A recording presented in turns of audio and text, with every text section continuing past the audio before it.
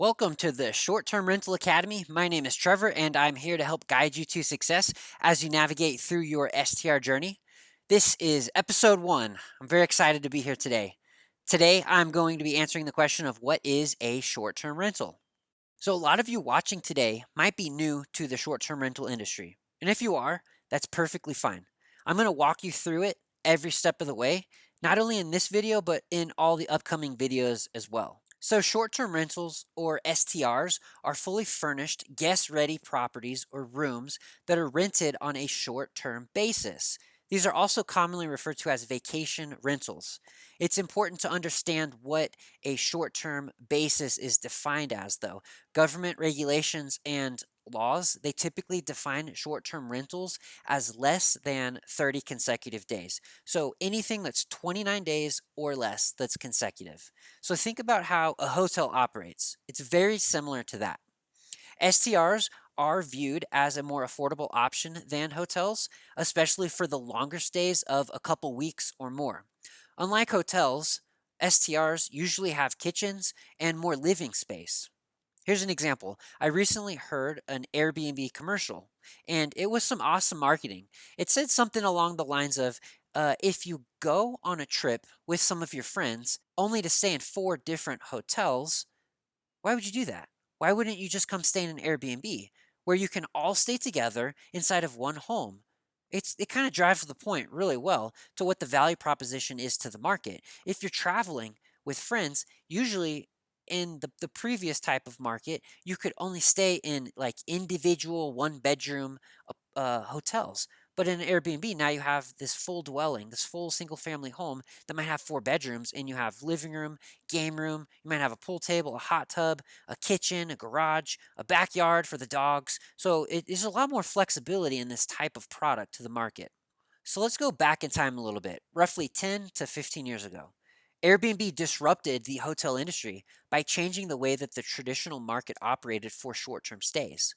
Airbnb developed an easy to use platform that made it simple for the average person to rent a room out of their own home to a fellow traveler.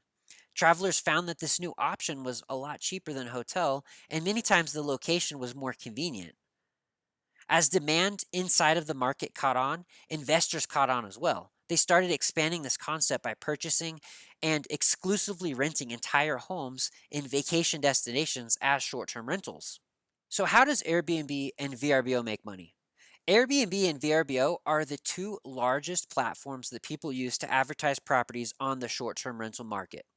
You might be wondering, well, what's in it for them? How do they make money? Well, their platform does one key thing.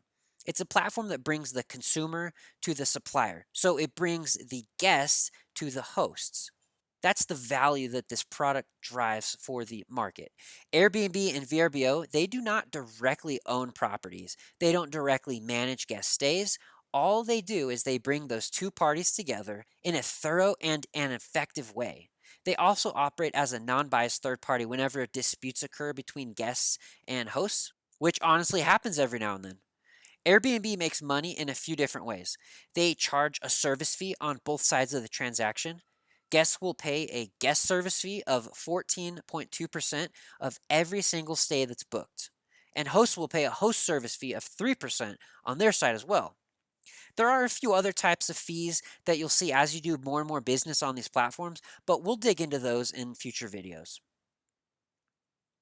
VRBO has similar fees, but they call these commissions and service fees. The amounts that they charge and the options that they have are different as well, so we'll cover that in a later video. So next, let's talk about if short-term rentals are right for you. So if you find yourself in a vacation destination with high tourism, then chances are that there's a market that has high demand for short-term rentals. If that's the case, there's a great potential that you could make a dramatic more amount of money doing short-term rentals than long-term rentals. But keep in mind the risk is higher. My family and I live in the Colorado Springs, Pikes Peak region of Colorado, and we see a lot of tourism. There's a very strong market for STRs in about 10 of the 12 months of the year. So for the two off months, those are the slow ones that are in the dead of the winter. And since we're not very close to skiing, which is when you think of Colorado in the winter, most people think of skiing. Since we're not close to skiing, we're about an hour and a half away from the nearest ski resorts.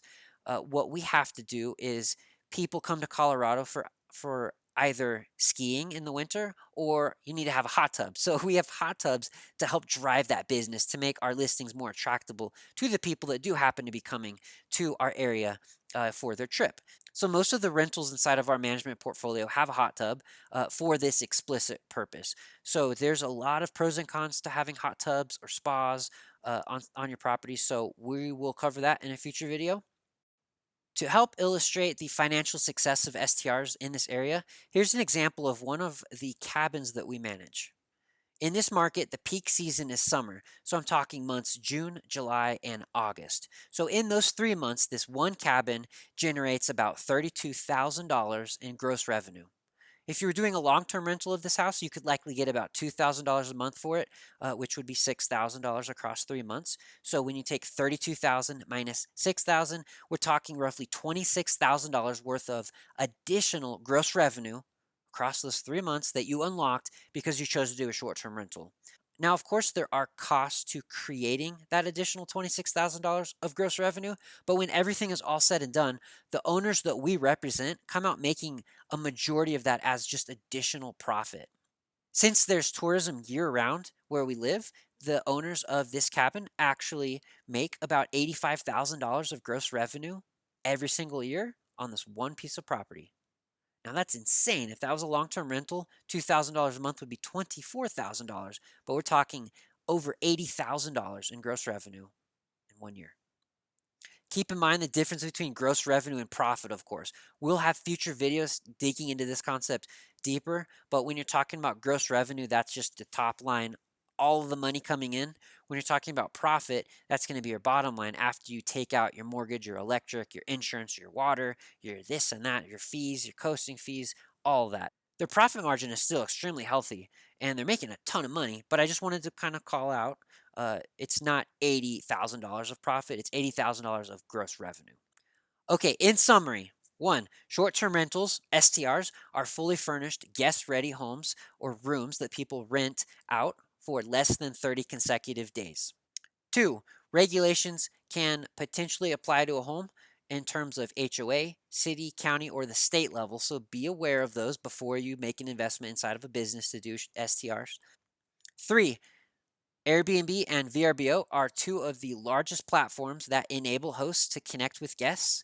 And four, short-term rentals can be highly lucrative, but also there's more risk. So be cautious and be aware before you make your investment.